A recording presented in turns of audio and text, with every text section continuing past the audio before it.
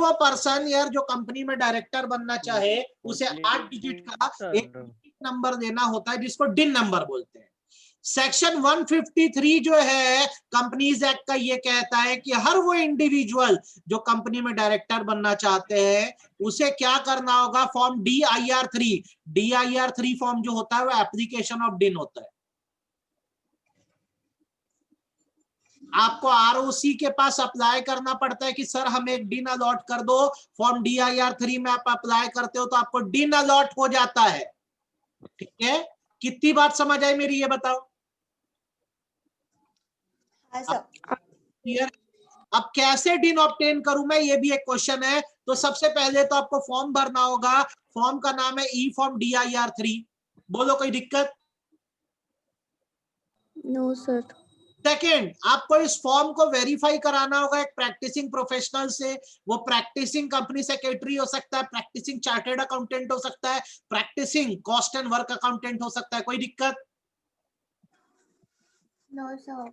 अब तीसरी बात, जब आपका फॉर्म जमा होगा तो फॉर्म जमा होते ही आपको एक प्रोविजनल डिन ऑटोमेटिकली जनरेट हो जाएगा, आपके मेल पर आ जाएगा, दिस इज योर प्रोविजनल डिन। आप बता दो इसमें कोई दिक्कत? नहीं। अब क्या होगा, आपको अभी प्रोविजनल डिन मिल गया है। अब सेंट्रल गवर्नमेंट 1 महीने का टाइम देती है आपके सारे डॉक्यूमेंट्स को वेरीफाई करने का। अगर सेंट्रल गवर्नमेंट को इसमें कोई डिफेक्ट मिलता है कि जैसे आपका नाम सही नहीं है या एड्रेस सही नहीं है, तो आपको 15 दिन का टाइम दिया जाता है अपने एप्लीकेशन को रीसबमिट करने के लिए।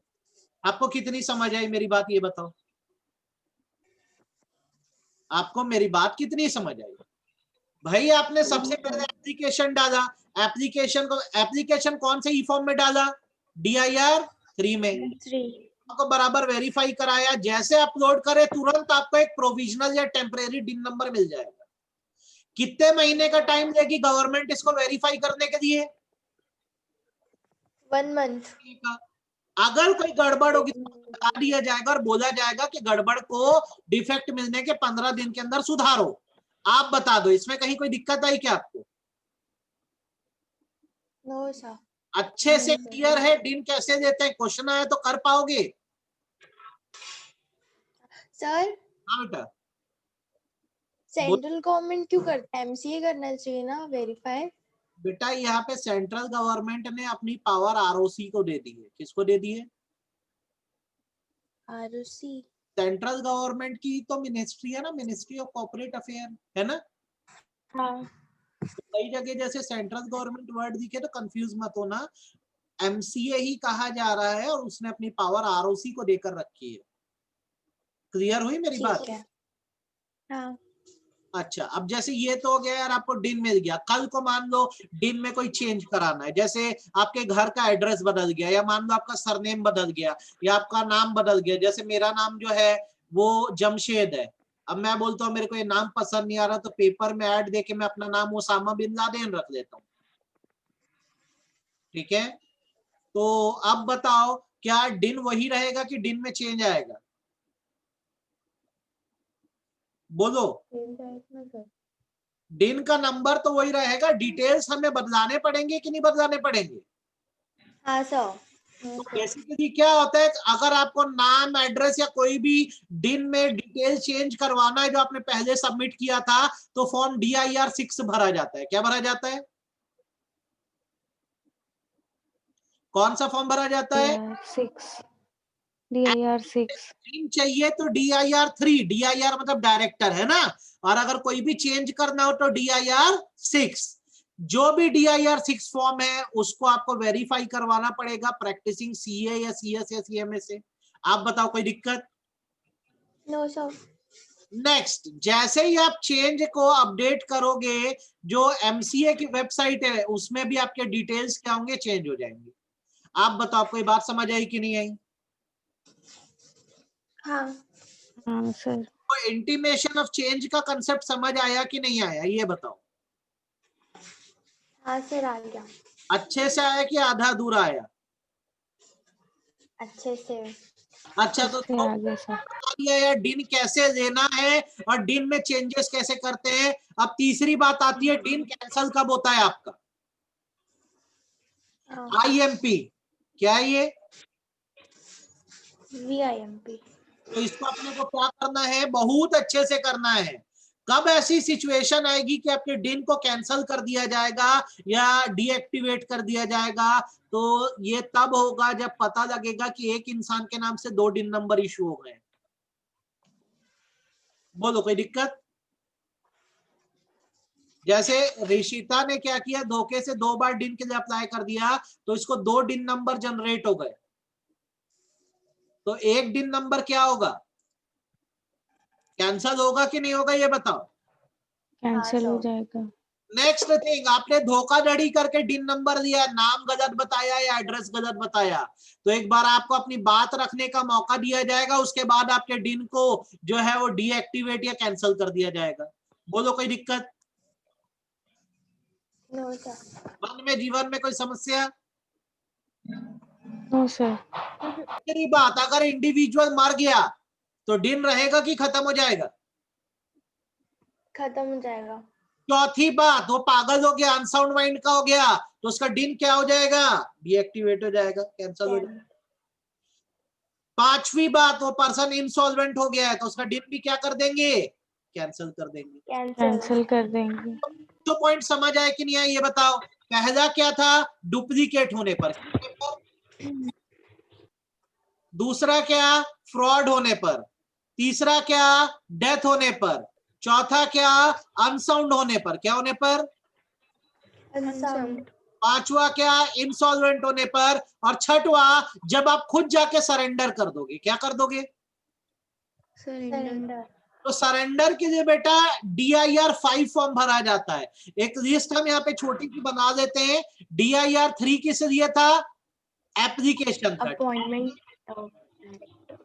DIR 5 किस लिए हो रहा है आपका, सरेंडर के लिए हो रहा है। DIR 6 किस लिए है, चेंज लाना है तो उसके लिए है। आप बताओ चेंजेस के लिए। इसमें आपको कोई परेशानी, समझ आया कि नहीं आया?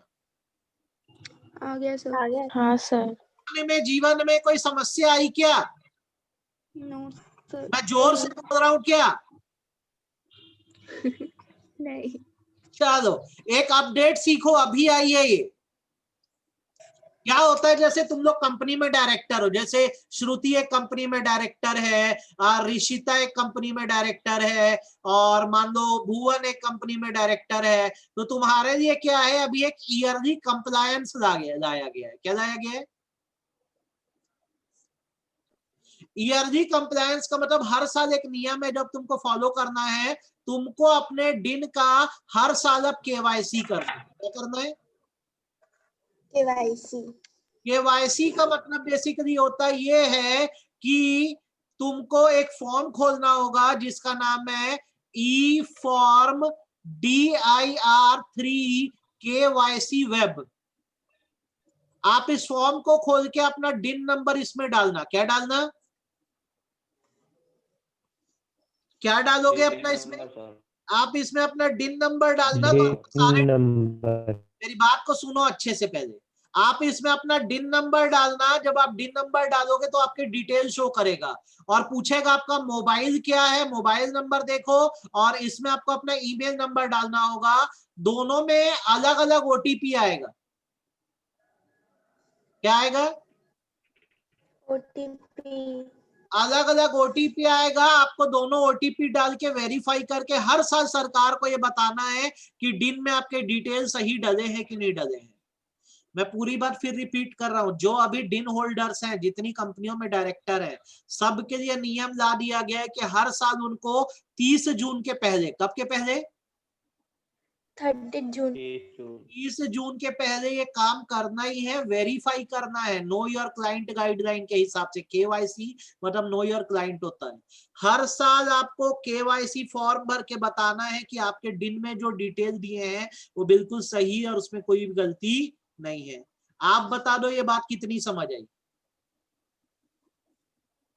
आ गई सर। आया कि सिर के ऊपर से गया, ये बताओ, ईमानदारी से बोलो। आ गया। आया सर। आ गया सर। आया सर। कि क्लियर है ये? आपको ये करनी है केवाईसी। ये एक्टिव फॉर्म का प्रोविजन इस साल से हट गया तो अब करने की जरूरत नहीं, मॉड्यूल में है इसलिए नोट्स में है, लेकिन एग्जाम में नहीं पूछेगा क्योंकि इस साल सरकार ये नहीं करवा रही है। तो नहीं करवा रही तो हम क्यों करें। केवाईसी समझ आ गया ना आपको। तो आपका पूरा डील यहाँ पर क्या हो गया, खत्म हो गया। कोई समस्या इसमें आपको? क्या डिन के कंसेप्ट में आपको किसी प्रकार का छोटा मोटा बड़ा कोई डाउट आया क्या? बोलो। अब नीचे बाकी बचे पर आ जाओ। कल मैंने आपको वैकेशन बता दिया था, ड्यूटीज बता दी थी, और नहीं देखे होगे कल का लेक्चर तो आप देखो किसी भी हाल में उसको। आपको मैंने क्या क्या बता दिया था, राइट एंड ड्यूटीज, वैकेशन मतलब ऑफिस कब खाली करना है, और नंबर ऑफ डायरेक्टरशिप। लाची कल का लेक्चर देखी थी बेटा? Yes sir. ये बताओ कि लाची साल भर में तुमने एक मीटिंग अटेंड करी है और साल भर में टोटल 10 मीटिंग हुई थी, तो तुमको अपनी जगह खाली करनी है कि नहीं करनी है? No sir. क्यों? क्योंकि अगर एक भी नहीं करते तो जगह खाली करना पड़ता। Very good. ये आपको क्लियर हो गया ना प्रोविजन एकदम अच्छे से? Yes sir. अब आगे सुनो। हाँ बोलो ना। वो आप बोल रहे थे ना कि अगर फाइनेंशियल स्टेटमेंट और एनुअल रिटर्न तीनों साल में वो नहीं फाइल करता है तो उसको मतलब वो उसको अपनी प्लेस खाली करनी पड़ेगी। तो सर वो दो साल में नहीं किया है, मतलब 2 बार नहीं किया, और जो थर्ड ईयर था ना उसमें वो बाहर चले गया और उसकी जगह अल्टरनेटिव डायरेक्टर था, उसने भी नहीं किया है। तो इसमें क्या होगा? इसको प्लेस खाली करनी पड़ेगी क्योंकि अल्टरनेट तो इसी के लिए आया था ना। अल्टरनेट तो खाली करना पड़ेगा कि उसको? अल्टरनेट तो इसके आते ही हट जाएगा, और ये जैसे आएगा डायरेक्टर ओरिजिनल तो इसको 5 साल तक अब रीअपॉइंट नहीं करेंगे अपन। अच्छा ठीक है। ठीक है, समझ गए बात को? अच्छे से आगे बढ़ू। अब रेजिग्नेशन का प्रोविजन समझो। आप रेजिग्नेशन का मतलब क्या समझते हो ये बताओ तो पहले। रेजिग्नेशन का मतलब क्या होता है? इस्तीफा देना, छोड़ देना, रिजाइन कर लेना। ज्वाइन कर देना। तो सेक्शन 168 इसका रूल बोलता है बेटा, और सेक्शन 168 ये बोलता है कि एक डायरेक्टर जो है कंपनी से बिल्कुल रिजाइन कर सकता है, लेकिन उसके पहले उसे एक नोटिस कंपनी को सर्व करना पड़ेगा।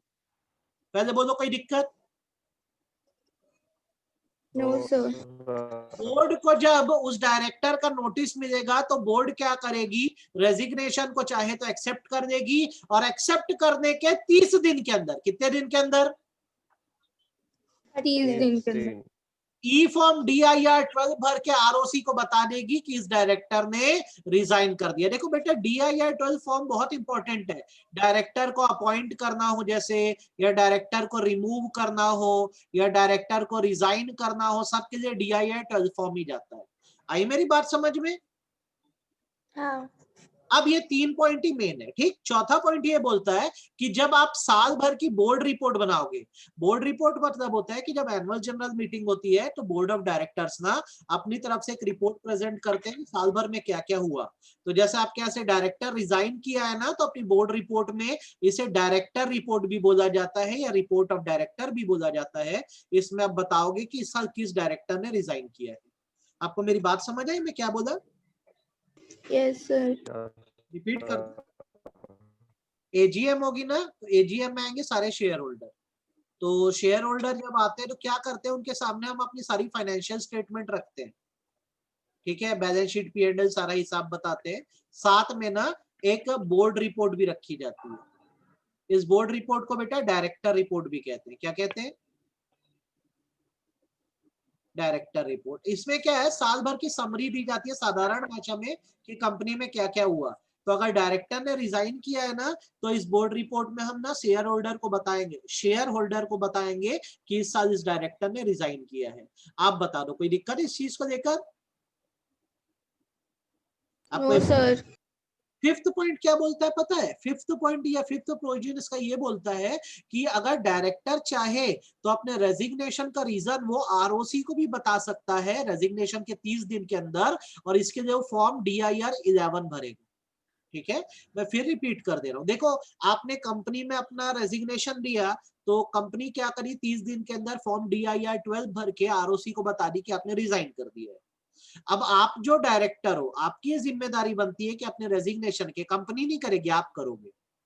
आपको क्या करना है, 30 दिन के अंदर फॉर्म DIR-11 भर के ROC को ये बताना है कि क्या रीजन था, आपने क्यों कंपनी से रिजाइन किया। आप बोलो, इसमें कोई दिक्कत? No sir. प्रोविजन समझ आ रहे हैं कि नहीं आ रहे हैं? अच्छे से ये बताओ ईमानदारी से मेरे को। आ रहे सर। ठीक, हर प्रोविजन से वैल्यू बेस आता है, तो ये आपको पूरा दिमाग में रखना पड़ेगा। अभी क्वेश्चन करवाता हूं मैं इसके, ठीक है आपको। हाँ सर। नेक्स्ट, रेजिग्नेशन किस दिन से इफेक्टिव माना जाए? रेजिग्नेशन किस दिन से इफेक्टिव माना जाए? सपोज करो आपको मैंने रेजिग्नेशन लेटर जो दिया है वो दिया है 1 अप्रैल को। कब दिया है? 1 अप्रैल।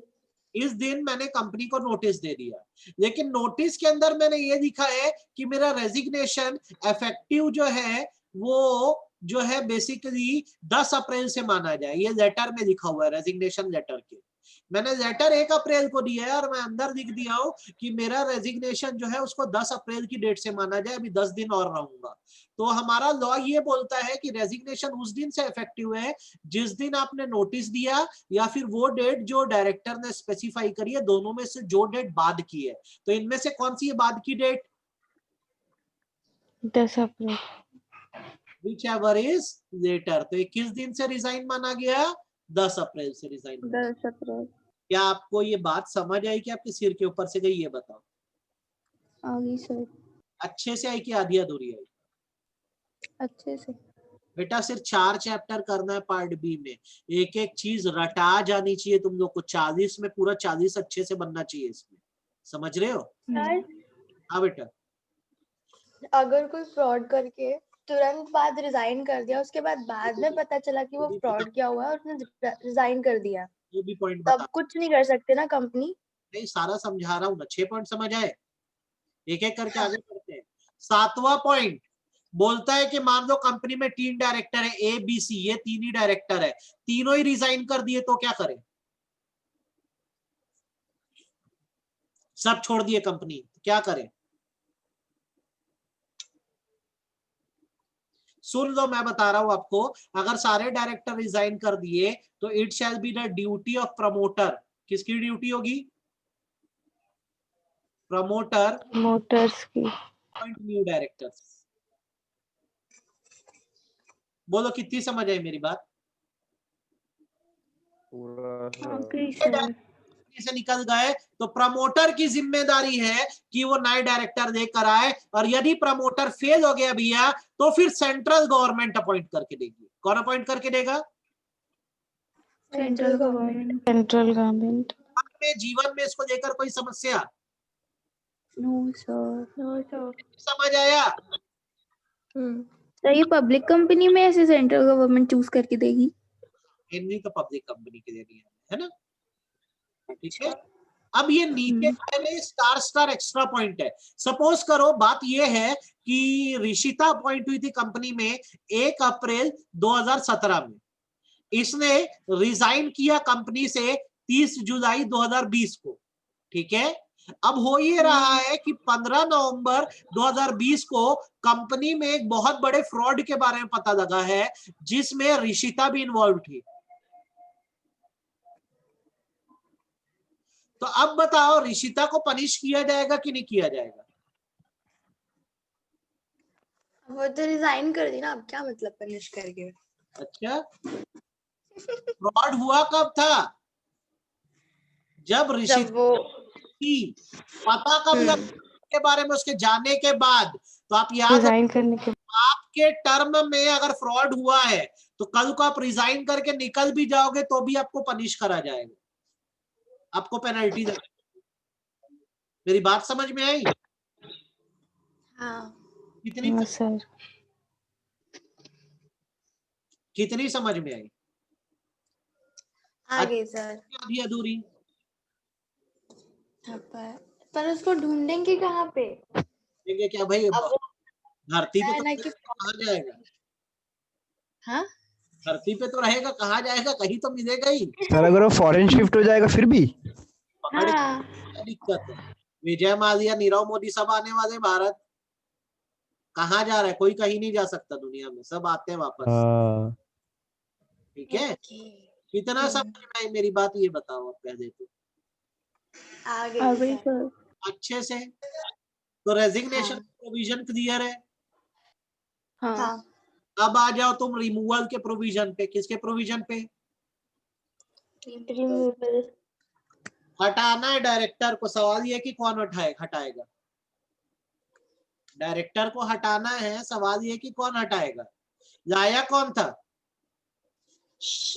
Share holders. Share holders. हटाएगा भी कौन? Share holder. Share holders. समझ आई कि नहीं मेरी बात, ये बताओ पहले। तो शेयर होल्डर आ गई सर। डायरेक्टर अगर कोई गड़बड़ करे तो उसे कंपनी से रिमूव कराया जा सकता है। अब बताओ, ये बात क्लियर है आपको? अब स्टेप देख लो, बहुत ध्यान से समझो। सपोज करो, सिचुएशन लेके चलते हैं। मैं एक कंपनी का बहुत एक्टिव शेयर होल्डर हूँ, ठीक है। हमारी कंपनी में ना 3 डायरेक्टर है, वैभव, लाची, श्रुति और गुंजा। गुंजा जो है कंपनी में भारी गड़बड़ कर रही है, फ्रॉड कर रही है। अब मेरे को एक बात ये पता लग गई कि गुंजा गड़बड़ कर रही है, तो मैं तो कंपनी का ओनर हूँ, सही बात है, शेयर होल्डर हूँ। तो मैं क्या करूंगा, बाकी मेंबर्स को एक स्पेशल नोटिस भेजूंगा। क्या भेजूंगा? Special notice. गुंजा को रिमूव करना जरूरी हो गया है। स्टेप 1 समझ आया क्या? हाँ सर। हाँ सर। इस नोटिस की कॉपी गुंजा को भी भेज दी जाएगी, ताकि उसको पता रहे कि एक मीटिंग होने वाली है जिसमें उसको हटाने वाले हैं। बोलो, कोई दिक्कत? Sir no sir. बोलो। उसको क्या बोलते, समझा नहीं सकते क्या कि लास्ट वार्निंग है, अब करी तो हट जाएगी करके, डायरेक्ट उसको हटाना ही है। इनफॉर्मली तो समझा सकते हैं, लेकिन अगर कोई शेयर होल्डर अड़ गया कि हटवाना ही है, तो फिर वो मीटिंग बुलवाई देगा। 2 पॉइंट समझ आए कि नहीं आए? आपको एग्जाम में प्रोसीजर पूछेगा। एक मेंबर ने स्पेशल नोटिस भेजा कि डायरेक्टर को रिमूव करवाना है, बाकी मेंबर्स को। स्पेशल नोटिस की कॉपी उस डायरेक्टर को भी भेजी गई जिसको रिमूव करना है। बोलो, इसमें कोई समस्या? No sir. नहीं सर। अब आप ये डिसाइड कर दो कि जनरल मीटिंग बुलाना है। क्या बुलाना है? General meeting. जनरल में 21 दिन का नोटिस भेज के क्या बुलाओ? जनरल मीटिंग बुलाओ। बोलो, कोई दिक्कत? No sir. नहीं सर। आप जनरल मीटिंग का नोटिस भेजोगे तो आप उस डायरेक्टर से रिप्रेजेंटेशन ले लो इस बात का कि उसकी तरफ से वो क्या कहना चाहता है। गुंजा अपने कोई पॉइंट रखना चाहती है क्या? नोटिस में उसका रिप्रेजेंटेशन भेज दो। आप बताओ, कोई दिक्कत? No sir. समझ आई कि बात सिर के ऊपर से गई? फिर बोलो, फिर रिपीट करूं। आप जब सारे शेयर होल्डर को जनरल मीटिंग का नोटिस भेज रहे हो, तो मीटिंग के नोटिस में गुंजा का रिप्रेजेंटेशन भी भेज दो। मीटिंग के दिन टाइम नहीं खराब करना है, पहले से वो बता देगी कि मैं अपने पॉइंट्स ये बोलना चाहती हूँ कि मुझे क्यों ना रिमूव किया जाए। रोडीज देखते हो ना? हाँ। ये बात समझ आई कि नहीं है? आगे सर। तो अगर हाँ ये सर। रिप्रेजेंटेशन ना भेज पाए या रिप्रेजेंटेशन देने में देरी हो जाए, तो मीटिंग के बीच में फिर रिप्रेजेंटेशन को रीड आउट किया जाएगा, पढ़ा जाएगा। आप बता दो, कोई दिक्कत? यस। No sir. अच्छे से क्लियर है? हाउएवर 7वां पॉइंट ये भी पढ़ो कि एनसीएलटी जो है वो चाहे तो ये रिप्रेजेंटेशन के क्लॉज को हटा सकता है अगर ये जो अपना डायरेक्टर है थोड़ा बदमाश हो, मतलब कंपनी के बारे में ऊटपटांग बातें करने लग जाए। वो बोलते हैं ना, Rakhi Sawant type uneven publicity के लिए, हाँ। कि विक्टिम कार्ड खेलने लग जाए कि अरे मेरे साथ ऐसा कर दिए वैसा कर दिए, पर्सनल ग्रज है इसलिए मेरे को निकाल रहे हो, ऐसा वैसा। तो थोड़ा भी अगर ऊट पटांग रिप्रेजेंटेशन देने को करेगा तो इसका रिप्रेजेंटेशन देंगे ही नहीं। कितना समझ में आई बात? 7 पॉइंट समझ आए कि नहीं है? Yes sir. हाँ सर। काटो, आपको पढ़ने की जरूरत नहीं है, रजिस्टर्ड का दिमाग नहीं लगाना। जनरल मीटिंग होगी, रिजोल्यूशन पास करके बंदे को क्या करो? रिमूव कर दो। 90 पॉइंट के बाद 12वां पॉइंट पढ़ना। 30 दिन के अंदर क्या जमा करो आरओसी के पास? कौन सा फॉर्म जमा करते हैं? 12 जमा करके हटा दो। आपके मन में जीवन में इसको लेकर कोई समस्या? नो सर, कितना समझ में आया? पूरा। अच्छे आ गई। से? हाँ कोई डाउट हाँ नहीं सर। है? आपको एक होमवर्क दे रहा हूं अभी की क्लास में मैं, रजिस्टर ऑफ डायरेक्टर क्या होता है आप पढ़ना। क्या पढ़ना? Register of director. ये पढ़ना, और मेंबर उस रजिस्टर को इंस्पेक्ट कर सकते हैं कि नहीं, ये पढ़ना। ये टॉपिक मैं आपके लिए छोड़ रहा हूं, नहीं समझ आए तो शाम को अभी बताना, मैं समझा दूंगा। वरना ये चैप्टर जो है आपका पूरा का पूरा क्या हो गया? खत्म। खत्म हो गया ये चैप्टर। अब इससे आपको कैसे कैसे क्वेश्चन आ सकते हैं समझो। क्वेश्चन नंबर 1 दे रहा हूं, पहला question. Aman is a foreign citizen. He wants to become director in Indian company. Whether DIN is required? Yes sir. Comment. तो एग्जाम में यस सर नहीं दिखना है, आंसर क्या होगा बोलो। आंसर क्या लिखेंगे? ये क्वेश्चन का रिपीटिशन बताऊं, पिछले 10 सालों में 6 से 7 बार आ चुका है क्वेश्चन। वही एज पर सेक्शन 153। हाँ बोलते हैं 152 की 153? 152 153। 150 बोलो बोलो 153 शायद। आंसर क्या करना है। पहले तो आपको इसमें क्या बताना है, डिन का मतलब, हाँ। फिर डिन का प्रोसीजर कि डिन के लिए अप्लाई कैसे करें, फिर conclusion in the present case Aman even though foreign citizen has to acquire डिन। आप बताओ, आपको क्वेश्चन और आंसर समझ आया कि नहीं आया? Yes sir. हाँ सर। अगर कोई इंडियन सिटीजन फॉरेन में फॉरेन कंपनी में डायरेक्टर बनना चाहता है हाँ तो हाँ। उसको भी डिन रिक्वायर्ड नहीं, नहीं। फॉरेन कंपनी को पहले डेफिनेशन करना पड़ेगा अपने को कि फॉरेन कंपनी एक्चुअल वाली फॉरेन कंपनी की इंडियन पॉइंट ऑफ व्यू से फॉरेन कंपनी है। मतलब अगर उसका प्लेस ऑफ बिजनेस इंडिया में है, इंडिया में है तो फिर डिन देना पड़ेगा, ठीक है। और अगर आप बोलोगे हाँ। फॉरेन बेस्ड कंपनी है, जैसे यूएस की कंपनी है, तो वहां के लॉ में डिन की रिक्वायरमेंट नहीं है, ठीक है। तो वहां के डायरेक्टर हम बन रहे हैं तो देने की जरूरत है क्या? आपको मैं क्या बोला? क्यों मतलब डिन तो भाई वो तो भारत डिन। डिन का कंसेप्ट इंडियन कंपनीज एक्ट 2013 के लिए ना बेटा। अच्छा। जो कंपनियां भारतीय है या ऐसी कंपनी जो इंडिया में बेस होके काम कर रही है, जिनको हम फॉरेन कंपनी बोलते हैं, वहां पे आप डिन लो ना। अगर आप बोलोगे कंपनी ऐसी है जो फॉरेन में ही सिचुएटेड है, वहां डायरेक्टर बनना है, तो भाई वहां तो डिन का रूल नहीं है, तो क्यों डिन लोगे? सर ऐसे तो फिर अगर हम लोग को डिन सिर्फ इंडियन कंपनीज में चाहिए ना, मतलब हाँ, इंडिया में चाहिए, हाँ। तो हम लोग मतलब और डायरेक्टरशिप जो है वो कंपनी अपनी बढ़ा सकते हैं, क्योंकि फॉरेन में तो डिन चाहिए ही नहीं, सिर्फ हाँ। इंडियन में चाहिए। तो ये तो नंबर ऑफ 20 कंपनी के बाद डायरेक्टर जो है 20 कंपनी का सिर्फ इंडियन कंपनियों के लिए ही है ना। हाँ, उसके बाद फॉरेन में आप रह सकते हो डायरेक्टर। फॉरेन में आप बनो, बस इसके लिए क्या होता है, हर साल आपको एक डिस्क्लोजर देना होता है कि आप इस कंपनी के साथ साथ और कहाँ कहाँ जुड़े हुए हो, बस और कुछ नहीं, है ना। अच्छा, ठीक समझ आ गई बात? है। हाँ तो दूसरा क्वेश्चन, इसका आंसर दो, क्या होगा? Amit has been involved in fraud where he was imprisoned for 5 months. Whether he is disqualified?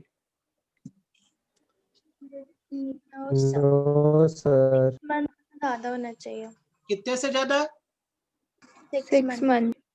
तो 6 मंथ से ज्यादा में होगा, तो कितने साल के लिए डिस्क्वालीफाई है? 5 years। 5 years. 5 साल। परफेक्ट समझ आ गया कंसेप्ट? हाँ हाँ तो अच्छा, इसका हाँ, सर। आंसर दो। शाम को आज क्वेश्चन प्रैक्टिस करते हैं अपन, अपने से ज्यादा बेटर है, थोड़ा वैल्यू बेस है ना। हम्म। Atul has served notice on 5/1/2020 and in resignation letter the date of resignation was 21 December 2019 from which date resignation is effective? 5 Jan. क्यों? 5 जनवरी लेटर वाला लेते उसी हैं। दिन नोटिस है ना सर, 5 तारीख। तो शाम को एक बार अपना एक पूरा सब लोग नोट्स ले गए हो कि अभी भी कोई बचा है? ये वैभव नोट्स लेके जा भाई। ठीक है, बाकी जो जो नहीं कलेक्ट किया अपने नोट्स कलेक्ट करो, फटाफट ये पढ़ो। आज शाम को मैं इसके खूब सारे क्वेश्चन आपको बनवाने वाला हूँ 5:30 बजे। ठीक है बेटा? Yes sir. चलो ये करो आप, आपके लिए काफी है आज। ठीक है।